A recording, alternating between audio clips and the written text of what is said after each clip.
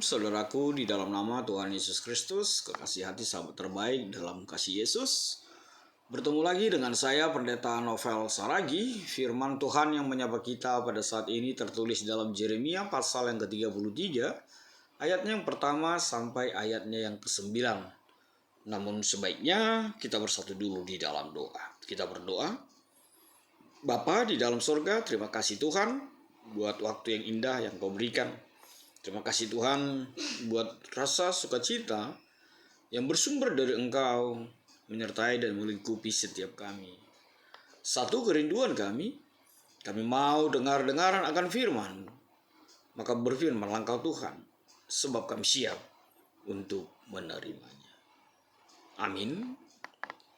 Saudaraku di dalam nama Tuhan Yesus Kristus, seperti yang saya sebut tadi bahwa firman Tuhan yang menyapa kita di Minggu Rogate ini tertulis di dalam Yeremia pasal yang ke-33, ayatnya yang pertama sampai ayatnya yang ke-9. Begini firman Tuhan. Datanglah firman Tuhan untuk kedua kalinya kepada Yeremia ketika ia masih terkurung di pelataran penjagaan itu. Bunyinya, beginilah firman Tuhan yang telah menjadikan bumi dengan membentuknya dan menegakkannya. Tuhan ialah namanya.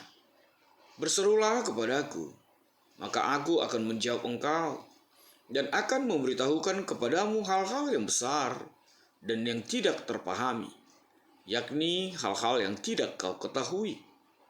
Sebab beginilah firman Tuhan Allah Israel mengenai rumah-rumah di kota ini dan mengenai gedung-gedung istana Raja Yehuda yang dirobohkan untuk dipakai terhadap tembok-tembok pengepungan dan pedang.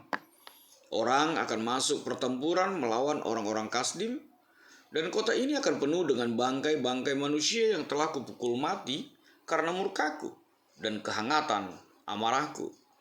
Sebab aku telah menyembunyikan wajahku dari kota ini oleh karena segala kejahatan mereka. Sesungguhnya aku akan mendatangkan kepada mereka kesehatan dan kesembuhan, dan aku akan menyembuhkan mereka dan akan menyingkapkan kepada mereka kesejahteraan dan keamanan yang berlimpah-limpah. Aku akan memulihkan keadaan Yehuda dan Israel dan akan membangun mereka seperti dahulu. Aku akan mentahirkan mereka dari segala kesalahan yang mereka lakukan dengan berdosa terhadap aku.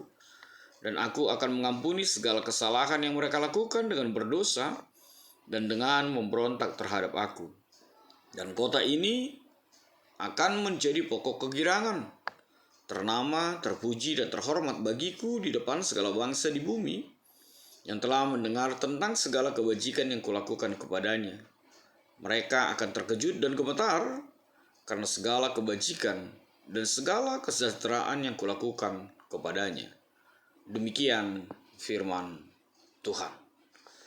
Saudara-saudara yang berkati dalam nama Tuhan Yesus Kristus, menarik sekali ketika firman Tuhan mengatakan, berserulah kepadaku, maka aku akan menjawab engkau dan akan memberitahukan kepadamu hal-hal yang besar dan yang tidak terpahami, yakni hal-hal yang tidak kau ketahui. Luar biasa sekali. Terlebih ketika Tuhan yang mengatakannya kepada kita. Bayangkan ketika Tuhan berkata kepadamu, hai bapak, ibu, pemuda, siapapun kita. Ketika Tuhan berkata, berserulah, berujarlah, berucaplah. Aku akan menjawab engkau. Aku akan mendengarkan engkau. Bahkan hal yang lebih luar biasa bertambah-tambah lagi. Sukacita itu ketika Tuhan mengatakan, aku akan memberitahukan kepadamu hal-hal yang besar yang tidak terpahami, yakni hal-hal yang tidak kau ketahui. Bukankah itu menjadi sukacita bagi kita? Maka firman Tuhan ini menjadi kuat kita ketika Tuhan mengatakan, berserulah kepadaku, maka aku akan menjawab engkau. Bukankah kita begitu sukacita sekali ketika kita didengarkan? Bukankah kita bertambah-tambah semangat kehidupan ini ketika ada orang yang mau mendengarkan keluhan, mendengarkan seruan kita, mendengarkan pergumulan kita? Dan itu menjadi kerinduan kita. Kita didengarkan. Lihatlah ketika kita terpuruk, lalu ada orang yang mau mendengarkan. dibandingkan dengan ketika hal itu tidak terjadi lagi. Maka hidup kita pasti terasa hampa. Pasti hidup kita merasa tidak punya kekuatan. Tapi janji Tuhan dikatakan kepada Yeremia, berserulah maka aku akan menjawab engkau. Dan itu menjadi sebuah kekuatan ketika dikatakan oleh tema kita pada saat ini, doa orang benar sangat berkuasa, berkuasa sekali. Doa orang benar, doa orang percaya itu yang dipanjatkan kepada Tuhan di dalam kehidupan kita. Saudaraku, di dalam nama Tuhan Yesus Kristus, kita mungkin bertanya, kenapa Tuhan mengatakan seperti itu kepada Yeremia? Tidak lain adalah karena situasi saat itu sangat-sangat tragis sekali. Karena situasi saat itu sangat-sangat di luar sukacita, di luar kesejahteraan, di luar ekspektasi bangsa Israel. Karena mereka mengalami sebuah kehancuran lulu lantak, menjadi bangsa yang terjajah, menjadi bangsa yang terbuang di dalam kehidupan mereka. Mari kita melihat secara utuh pasal 30 sampai 33 ini.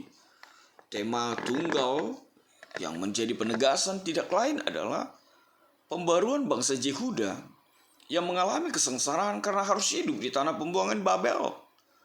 Seperti kita ketahui bahwa setelah pecah menjadi dua kerajaan, maka kerajaan utara atau Israel hanya mampu bertahan sampai tahun 722 sebelum Masehi.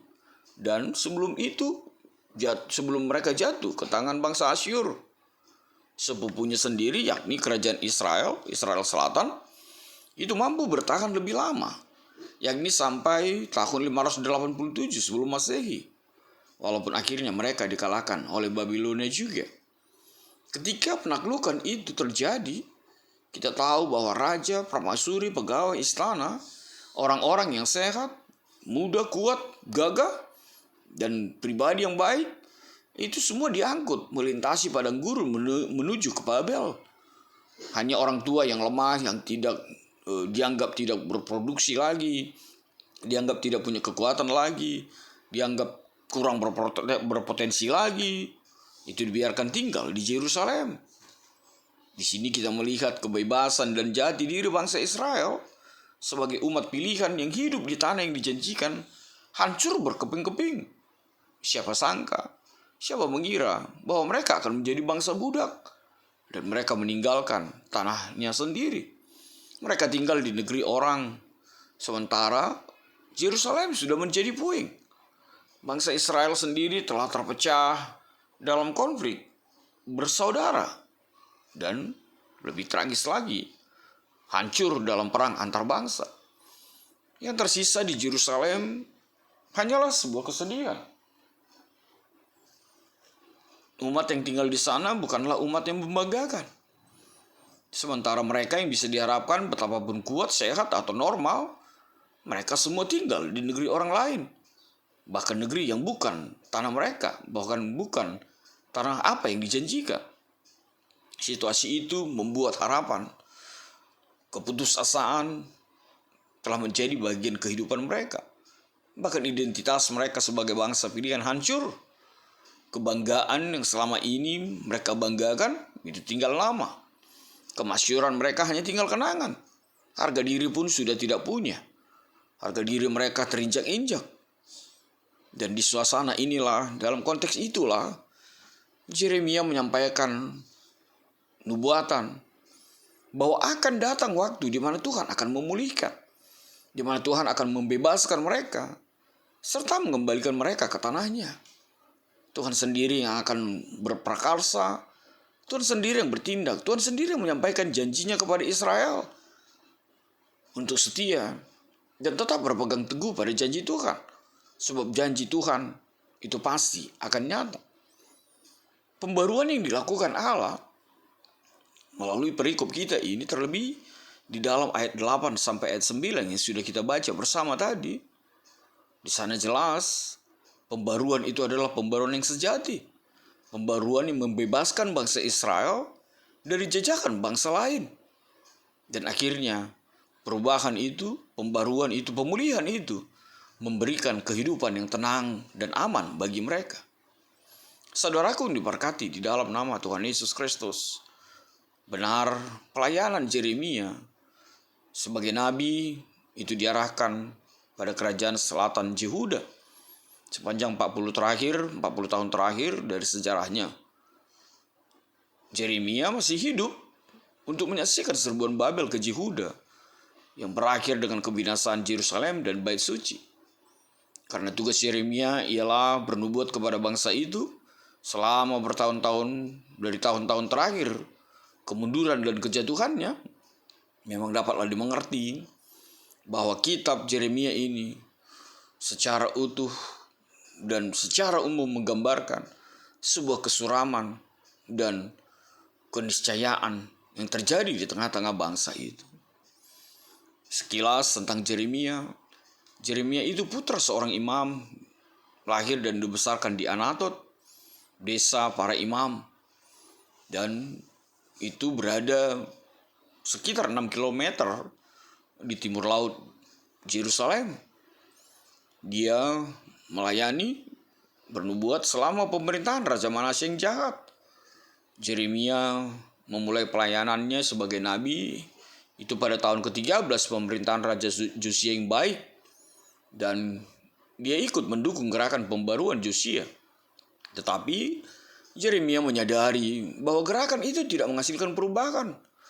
Yeremia selalu menegaskan, selalu menekankan bahwa dibutuhkan pertobatan nasional, pertobatan sejati. Maka itu akan memungkinkan hukuman dan pemusnahan tidak akan datang. Tapi karena mereka lebih mendengarkan nabi-nabi palsu pada saat itu, sehingga akhirnya kehancuran menjadi milik mereka. Tahun 612 sebelum Masehi, Asyur dikalahkan oleh suatu koalisi Babel. Sekitar 4 tahun setelah kematian Raja Josia, Mesir dikalahkan oleh Babel pada pertempuran di Karkemis. Pada tahun yang sama, pasukan Babel di bawah pimpinan Nebukadnezar itu menyerang Palestina, merebut Yerusalem, dan membawa sebagian pemuda pilihan dari Yerusalem ke Babel seperti yang saya sebutkan di atas tadi. Bahkan kalau kita mengingat bagaimana Daniel dan ketiga sahabatnya juga dibawa menjadi bangsa yang tertawan. Benarlah bahwa apa yang disampaikan oleh Yeremia itu akhirnya mereka dapatkan, itu akhirnya mereka rasakan. Akhirnya mereka jatuh ke tangan bangsa Babel. Babel menaklukkan dan meruntuhkan Yerusalem. Yerusalem hancur lulu lantak. Yerusalem rata dengan tanah, menjadi kota reruntuhan, menjadi kota tak berpenghuni. Yerusalem menjadi sunyi sepi, dan yang ada hanya puing-puing korban perang. Dan suasana itu sangat menakutkan dan sangat mencekam sekali. Namun, syukurlah firman Tuhan, nubuatan itu hadir di dalam kehidupan Yeremia ketika dia juga menjadi pribadi yang terbuang. Namun, satu hal yang pasti, sekalipun terbuang, Allah tidak pernah membiarkan umat pilihannya sengsara terus dalam penghukuman. Dan Allah sendiri berjanji akan memulangkan umatnya keluar dari Babel dan kembali mengantarkan mereka ke Yerusalem. Yerusalem akan menjadi pokok kegirangan. Yerusalem akan menjadi tempat ternama, terpuji dan terhormat di depan segala bangsa, dan kesejahteraan akan meliputi Yerusalem. Itu bisa kita baca di ayat yang ke-8 tadi. Dan disinilah kita melihat apa yang dijanjikan di dalam nats ini. Yang pertama itu kota Yerusalem akan dibangun dan didirikan kembali, dan keadaannya akan dipulihkan. Yang kedua, orang-orang buangan setelah dosa-dosa mereka diampuni, itu akan dipulangkan kembali. Lalu yang ketiga, bahwa dijanjikan hal itu dinyatakan akan mendatangkan kemuliaan yang besar bagi Allah. Mari kita melihat apa yang dikatakan oleh ayat yang ke-9 itu. Dan kota ini akan menjadi pokok kegirangan, ternama, terpuji, dan terhormat bagiku di depan segala bangsa di bumi yang telah mendengar tentang segala kebajikan yang kulakukan kepadanya. Mereka akan terkejut dan gemetar karena segala kebajikan dan segala kesejahteraan yang kulakukan kepadanya. Jadi jelaslah bahwa saatnya akan tiba, bahwa kemuliaan Allah semakin dinyatakan di dalam situasi itu. Saudaraku yang terkasih dalam nama Tuhan Yesus Kristus, lalu apa refleksi yang bisa kita lihat di dalam firman Tuhan pada saat ini? Minggu kita adalah Minggu Rogate. Temanya mengatakan bahwa doa orang benar itu sungguh berkuasa, sungguh memiliki kekuatan, dan itu adalah sebuah garansi. Itu adalah garansi dalam kehidupan kita. Maka setiap orang benar yang berdoa, yang berseru kepada Tuhan, Tuhan akan mendengar, Tuhan akan menjawab, dan Tuhan akan melakukannya seturut dengan yang Dia mau. Lalu yang kedua, terkurung itu bukan berarti tertutup. Yeremia terkurung, Paulus juga terkurung. Tapi lihatlah, justru surat-surat Paulus dari keterkurungannya, dari keterpenjaraannya, justru menjadi surat yang begitu luar biasa, menyatakan kebenaran firman Tuhan, dan itu sampai saat ini menjadi kekuatan kita. Bagaimana Allah, bagaimana Roh Kudus memberkati Paulus, dan dia menuliskannya menjadi pesan pastoral yang begitu luar biasa dalam kehidupan kita, dan itu dilakukan dari dalam kurungan, dari dalam penjara. Maka yang ketiga, kalau saat ini Anda merasa terkurung, Anda merasa tertutup, mungkin tertutup oleh masalah, tertutup oleh penderitaanmu, tertutup oleh sakit penyakitmu, saudaraku, yakin, percayalah, berdoalah bahwa kuat, kuasa, dan penyertaan Tuhan tidak bisa dibatasi ruangan, tempat, atau keadaan, bahkan masalah-masalah kehidupanmu. Yang terakhir, yang keempat, seperti saya sebut tadi, minggu kita adalah Minggu Rogate, berdoa. Maka berdoalah selalu. Seperti firman Tuhan sebut, tetaplah berdoa. Kalau Anda sudah tidak lagi berdoa, itu artinya Anda sudah mati. Kalau Anda sudah tidak berdoa, itu artinya keangkuhan menguasaimu. Kalau Anda tidak berdoa, maka Anda sama saja dengan iblis yang selalu ingin sama dengan Tuhan Allah. Bahkan berpikir untuk mengimbangi Tuhan Allah. Amin, kita bersatu di dalam doa. Terima kasih Tuhan Yesus buat kebenaran firman-Mu. Biarlah firman-Mu menjadi kuat setiap kami. Terima kasih Tuhan. Sehingga di dalam Minggu Rogate ini kami semakin diingatkan bahwa kami harus tetap berkomunikasi, tetap harus berdoa, tetap harus berseru kepada Tuhan dalam kehidupan kami. Sebab janji Tuhan, Tuhan sendengan telingamu kepada setiap orang yang berseru-seru kepada Tuhan. Dalam kasih-Mu Tuhan, enyahkanlah virus-virus ini. Amin.